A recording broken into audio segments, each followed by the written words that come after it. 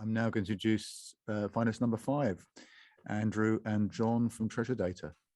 Are you ready? Indeed. Thank you. Thank you. Welcome, everyone. Next slide, please. So ABInBev is the world's largest brewer by volume. They operate some of the world's most recognized brands, such as Budweiser, Bud Light, Corona, Stella, and Beck's. And I think this slide shows the scale of their business. It's absolutely huge, right? 500 plus brands, multiple countries, and they've got many, many consumers. And in the bottom right there, you can see that, 2 billion consumers and consumer interactions on digital platforms. They're already very successful, but the one thing they didn't have, which they craved, was a direct relationship with the consumer. So they worked with supermarkets, bars, and stores, but they wanted this one-to-one connection, a two-way conversation that breeds loyalty and would ultimately increase sales.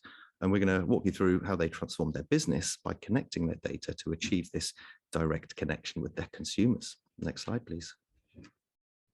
So one significant challenge for ABInBev is your relationship with the consumer it's fairly fleeting. So it's almost whilst they're consuming your products, and once they finish, the relationship, just like the bottle or the can, are disposed of, and this can be a challenge.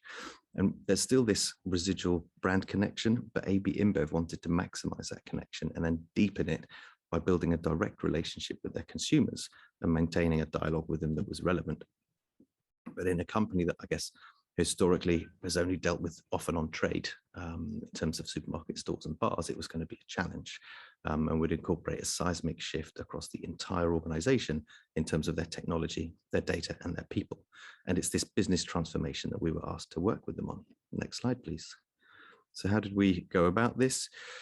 We reviewed their current structure from a data and MarTech perspective, and we did this country by country because each one has its own unique mix of partners and ways of doing things.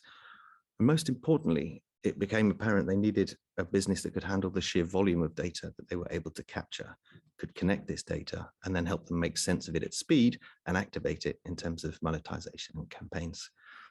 So bullet 1, that they were disconnected internally, meaning a disjointed approach to the consumer. The second challenge in bullet 2, each country had its own selection of databases, vendors, and marketing tools. Bullet 3, they only had store data, so they really didn't know their consumers or understand their behavior in depth.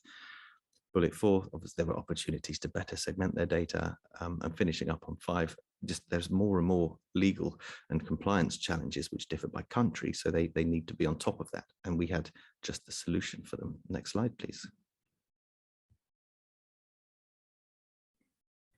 So as you can see, there were some significant challenges ABInBev was looking to overcome. Okay, so how did they do it? ABInBev used Treasure Data's CDP to centralize their consumer data into a single privacy-compliant platform for insights and activation. Sitting in the center of their MarTech stack, they had all of the integrations to ingest and export data, to create dashboards, to perform analysis, and to create campaigns through direct activation or via media platforms with flexibility at the regional levels. ABInBev was able to unify over 1,000 data sources from over 40 countries, including 70 e-commerce sites. This led to identifying 70 million unique consumer records. 4.3 million of those were direct to consumer. So ABInBev now had the foundation with Treasure Data to build upon and grow their consumer base and to support direct to consumer engagement. This solution allowed for the benefits of a centralized data and efficiencies, and also allows for the brands and geos to operate regionally in a privacy compliant manner. They were able to accelerate their maturity by using best practices in these regional levels by enabling it across the globe.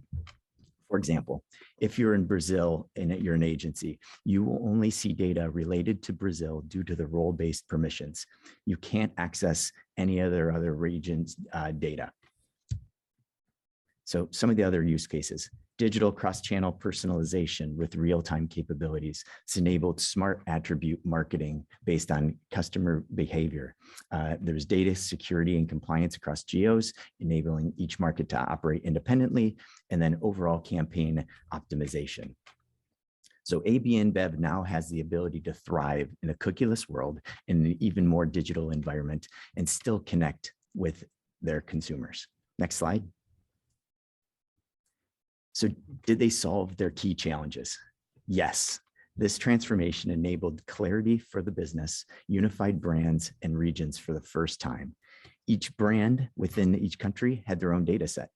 They rolled into one single master view for global visibility. Connections from the ZDP autonomy in the regions with vendors controlled from a single point. And then owning the data, including zero-party data, never before seen or understood. They now understand the consumer base, including preferences across brands and behaviors. They had one-to-one personalization achieved for multiple brands, segmentation for the first time for others, greater control of ad spend. And then finally, their constantly updated compliant platform for each region to make sure they complied with local laws. So what were the results?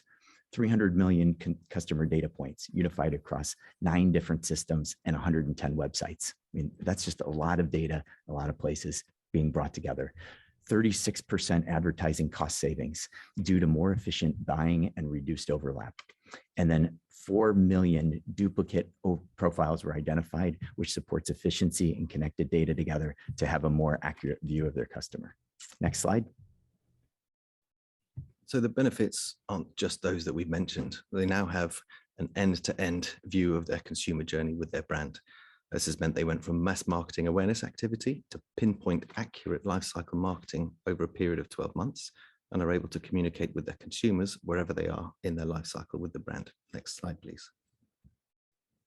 So to conclude, I think award-winning creative activities usually have data involved in one way or another, and we're very excited in February this year. Cannes Lions has announced that it will honor AB InBev as this year's Creative Marketer of the Year.